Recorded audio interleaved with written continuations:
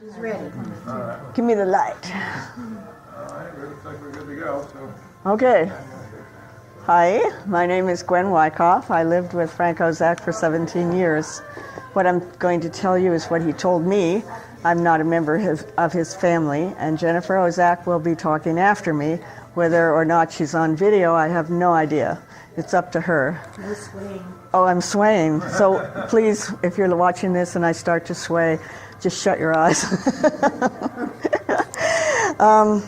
The title of my eulogy here is From Darkness to Light.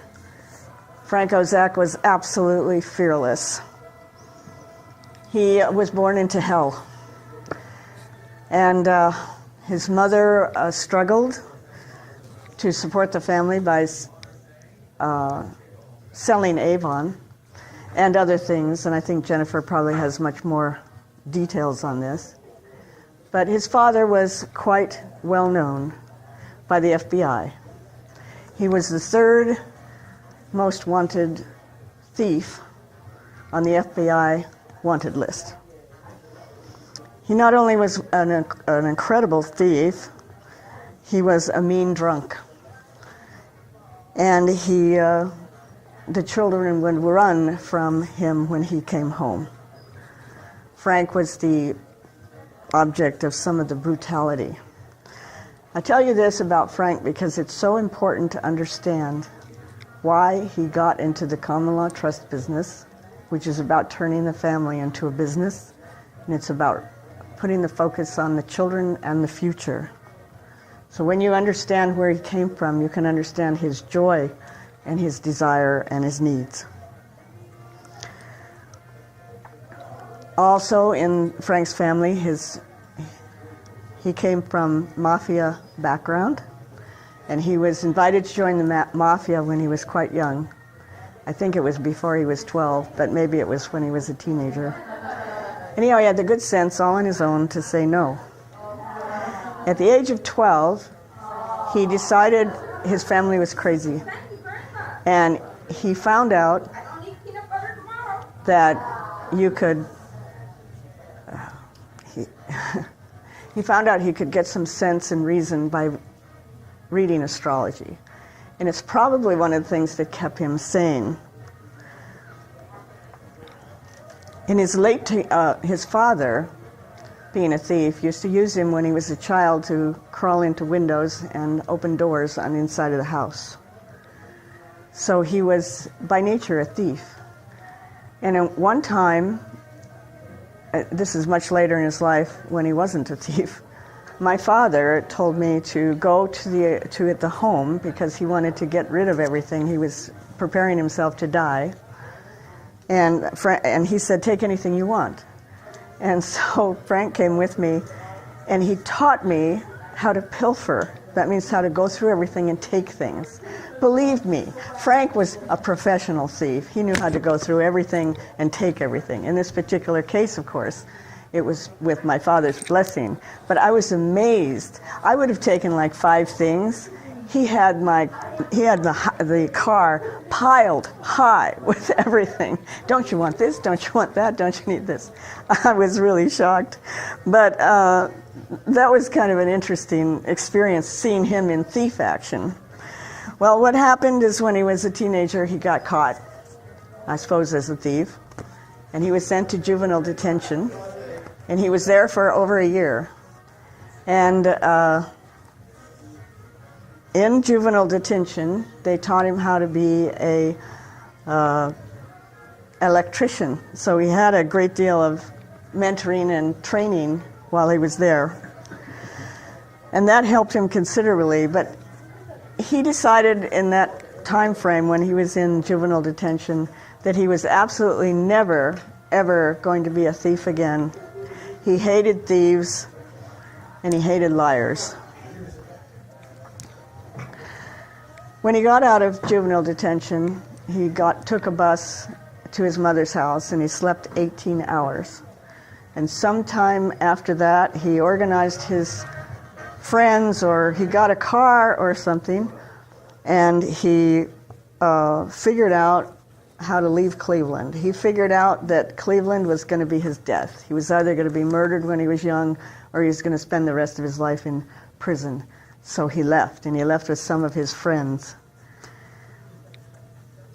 And he spent the next 5 years traveling the United States, being a apprentice or being he just took any job he could. He had 40 jobs in 5 years. Some of those jobs were hanging traffic lights. Every time you see one of those traffic lights, think of Frank. He pumped gas. He climbed telephone poles in the dead of winter and reset the high voltage electric wires. He was an apprenticed plumber, a machinist, a car mechanic. But one of the odd things that he did is he was a bouncer in a gay bar. And for this we thank his father, who taught him how to street fight when he was very young. So Frank had some very interesting tactics. He actually showed me a couple of them, told me a couple of them. It was about always going for the legs. But in that regard, he had a good mentor in his father because it helped him survive. He eventually found himself in California, and he arrived broke with a car that hardly worked. And somehow, and I don't have all the details, and I might have them mixed up, but Frank was utterly, totally fearless, and he could talk his way in and out of anything. So he talked the owner of a trailer into allowing him to stay for 2 weeks to allow himself to get a job, because behind the trailer was a junkyard. And Frank was very knowledgeable in how to turn junk into... antiquing. What? It's called antiquing. Antiquing. He called it antiquing, so he could take the copper wire and make money out of it, and so on and so forth. So looking for a job, and with his vast experience, because he could do anything, he was also a machinist, and so he could make anything out of metal. He had so much knowledge, it was profound. So he started in the airline industry. They hired him in some oddball situation. I don't remember what he was supposed to be doing, but he became a purchasing agent. Then he became a manager. And the stories he told me were so funny, because these people in the airline industry would come up with some sort of need for an oddball joint or an oddball piece of equipment to do the strangest thing. These things were all over my head. But he could actually sit down, put it on paper, figure it out, give it to the engineers. Now you have to understand, the engineers were all like PhDs. They had these enormous educations. Oh, I forgot to tell you. Frank only had a 9th grade education. I never knew that. I had to interrogate my father about that, and it floored me. Yeah, he only had, PhD level at least. he was a brilliant person when it came to survival and figuring things out, and that was where, in the common law trust business, he and I just meshed. Okay. Because we actually recreated the common law trust from nothing, and that was his talent. So he never let his schooling get in the way of his education. No, he never let his education get in the way. Okay. Although he was an astrologer, and we eventually met here in California in an astrology meeting, I didn't like him at all. I thought he was horrible. In fact, when I got near him, the hackles in the back of my neck stood up. That's how much I liked Frank. But later, about a year later, we met at a party, and he was on one side of the room, I was on the other side of the room. We were both talking about state citizenship with Richard McDonald. We were both kind of like preaching to the people around us. So eventually, in the meeting, we, came in the middle and decided we were talking about the same thing, knew the same thing. So that's where our relationship started, and that was probably in 1992, 91, 92. And I decided, I had some bucks at that time, and I decided the bucks were not making as much money for me as they should make, and I thought, well, I should make myself happy. I should do what I really want to do. So I started Perceptions magazine, and Frank was right there with me, because he was all about setting people free and telling the truth about the government, and that's what that magazine was about. And from there, from state citizenship to the magazine, we got involved in what's called the Common Law Trust. And in that particular time frame, it was mostly used by the IRS to capture people and take their money. And so we researched it and we redesigned it and we found out all kinds of truth about it. And now we found out, there's this thing that the rich use the Common Law Trust. Well, we had to figure out how they did that and why they did that and how they built their generation after generation. So he was as much a research fiend as I was, and we eventually we're comparing notes and comparing our details, and we redesigned and reformatted the entire Common Law Trust as it is today in The Art of Passing the Buck, the two books that we fought the IRS and the DOJ about, and we got them published. The Common Law Trust is about resetting the family. Okay, now that you hear me say resetting the family, you really get it with Frank, don't you? He had a family that if they had known how to set up their family, if they had known the value of thinking about the third generation, if they had had any training at all about the power of the family and how to build the assets for the family, he would have been so happy to give that information to them. He would not have been born in darkness, but he definitely did find the light. Okay, that's all I got. If you got any questions, yes? One more thing. What happened when you get an order for a book? Oh, when an order for a book came in, Frank was like a little puppy waggling his tail. The first one? Yeah, volume 1, because it was his joy to share the information, to make his family stronger and better in all ways. Anything else?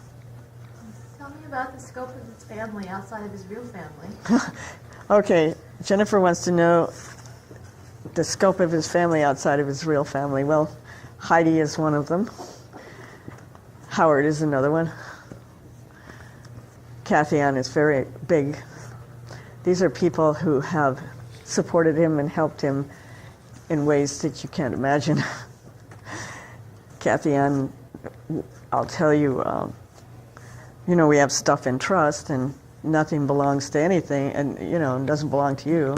But he had the use of a very fancy car, and I detested the car. I didn't want to have anything to do with it because it was way over my head. I didn't want to take care of it. I didn't want to drive it. And Kathy Ann was the trustee on that car. So when the disaster happened with Frank, after the 5 paramedics came and took him away, I called up Kathy. I said, "Get the car. Get it. I can't deal with it." 24 hours she was with us both, she's helping us. And Heidi has been tremendous in going back and forth to the nursing home.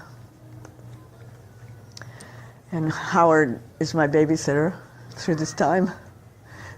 He came immediately. I said, "I can't make it." That's it. I can't take it. Thank you. Good job. Thank you so much. Well done. Thank you so much. Does anybody else want to? I would like to say something. I'm not the right person to end it, so I hope somebody else will Howard. but I have something to say.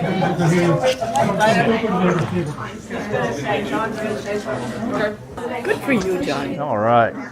Well, I'm pretty much of an outside the core group, but I had the privilege and honor of being around with Frank and Gwen for about a year, involved in the activities. And the way I saw Frank, he was a source of power and confidence. And it was something to be noticed.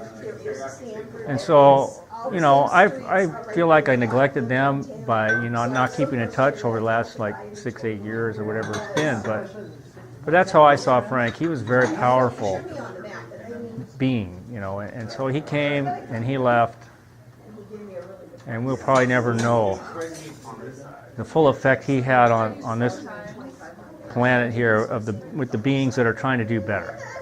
You know, and he was part of that, helping people, you know, remember who they are, you know, and what they can do. That's about it. Thank you. It's more important this be done for posterity. And we have a large distractive, right? You can learn a lot about a person from their screensaver. Frank had a fascinating screensaver on his computer which lasted only a little bit longer than he did. He had some interesting things like a marijuana leaf, a very tasteful Vargas-style pinup, some Salvador Dali type of impressionistic billiard accoutrements, a billiard ball set, a pool table cutaway, and he also had some technology. He had an armored personnel character who they didn't recognize. He had what was clearly a cutaway of a AK-47, and he had an absolutely beautiful cutaway of a Lockheed P-38 Lightning fighter. So let's look at Frank Ozak as innovator and technologist. Two aspects. First of all, in the aviation industry, and second, in the irrevocable common law trust. Frank worked for Pacific Aeromotive for many years. When he left Pacific Aeromotive, it took not one, not two, not three, but 5 people to replace him. I think at Charles Arthur it will take not one, not two, not three, but half a dozen people to fill his very large shoes. So let's look at 2 aspects of the technology. Actually, one aspect will be the hard technology, and the other will be the common law trust. Frank shared an interest with myself in what is called by Nikola Tesla free energy. As I go through his papers, I see this solar thing, that wind generator, that wind generator. But there are 2 that are of interest to me, and I think Frank, if he were here, would ask me to share them with you, so I shall. These are not pie-in-the-sky things like Leonardo Rossi and or Andrea Rossi and his Leonardo Corporation and his ECAT, quote, low-energy nuclear reaction, for which there are no independent engineering studies. Or Meran Tavoki Kesh of the Keshi Foundation, where he claims he'll have a spaceship real soon now. But there are 2 that have independent engineering reports. The first is called Blacklight Power, blacklightpower.com, out of New Jersey, just east of Princeton. Their leading light is a fellow named Randall C., R-A-N-D-E-L-L-C, Mills, M-I-L-L-S. Ran into his friends. He is a medical doctor turned inventor. And he has not 1, not 2, not 3, but 5 independent engineering reports. You can also get more information at PESWiki, P-E-S-W-I-K.com, and the person behind that is Sterling D. Allen, A-L-L-A-N. He's out of Utah. Now, Blacklight Power has received some coverage, but mostly it has been, there's nothing behind that curtain. Turn your attention to unimportant things like celebrity gossip and sports. And quite frankly, the American public is such a bunch of simpletons that they fall for that bunch of baloney. 5 different engineering reports. The second is a company out of Menlo Park, California. They are called Solar Hydrogen Trends. Now, they are best covered on the PESWiki.com website. They have 1 engineering report, but I actually went so far as to call the report because the report came out of a company in Anaheim, and they said, I know that street, Lewis Street. I grew up 3 or 4 miles from there. And I called, and yes, it's a real company. Don't know if the report's real, but it's a real company. So I would urge you to look into that thing if it resonates with you at all, either black light power or solar hydrogen trends. However, Frank's most important contribution, and for which he wrote the glossary of The Art of Passing the Buck, Volume 1, is his tireless, relentless work in the irrevocable common law family trust. Even in his hospice, Frank was handing out business cards, showing the book, handing out brochures to anybody that would pass by. Passing bucks and does. Passing bucks, yes, passing bucks. So I'd urge you, if you have not gone to the website, go to passingbucks.com. You will see the beautiful, intelligent Gwen Wyckoff and the wolf himself, Frank Ozak, holding court and being interviewed by people from all over this planet. Ben Lowry performed a presentation at the Carl Hess Club, which used to meet in this very room years ago. In fact, I think Gwen and Frank talked to this club when they were in that club when they were in this very room many moons ago. Paul has the recording.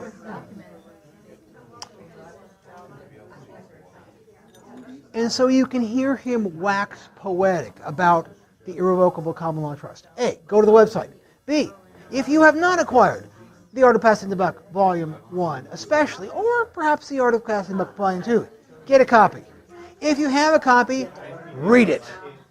So that is Frank Ozak, Frank C. Ozak, technologist. A man of many tools as we go through his stuff. Tool after tool after tool. No monkey wrenches, though. No monkey wrenches. But a man who had tools and knew how to use them wisely, because there's an old saying, or an old adage, when you dishonor the tool, you dishonor the tool and yourself. And Frank Ozak, above all else, even though he was a wolf, was a gentleman of great honor. Anybody else wants to talk? Are you going to talk? She looks like she is. Are you going to be on camera? I guess. All right, you're going to be on camera. Right on, Coffee. I met Frank in 1995, and I met Gwen at that same time. I was a broken, very broken person. And between Gwen and Frank, they gave me a new life. They helped me get back on my feet. Gwen was the driver behind that. Gwen gave me a job, and Frank supported her all 100%. He and she, when they started on the trust business, they talked to me about trust, and I was so broken, there was no way I could deal with it. And eventually they just kept on and kept on and kept on and said, okay, you need to be a trustee, because being a trustee is so important. It's one of the very basic building blocks of the trust industry, the trust plans. You have to be 100% trustworthy. And that's what Frank was. As Gwen says, he was the warrior. He would stand up for what he knew was right. And by God, you better do what was right or you'd be in big trouble. There was no forgiveness for liars and thieves. You had to be trustworthy, and I felt honored, I mean truly honored, that he would count me as a trustee. And I intend to be that as long as I'm capable. And I loved him. I got to talk to him on Friday before he left. He called me. I was on my way to Mesa to compete in chorus. He called me and he said, I want you to be sure that the car uses synthetic oil. McDonald's, right? And I said, yes, I know it uses, and that's what we put in it. We put in synthetic oil. And he said, okay, I wanted to be sure. And I told him, I said, I love you, Frank. And he said, I love you. And that was the last I heard from Frank.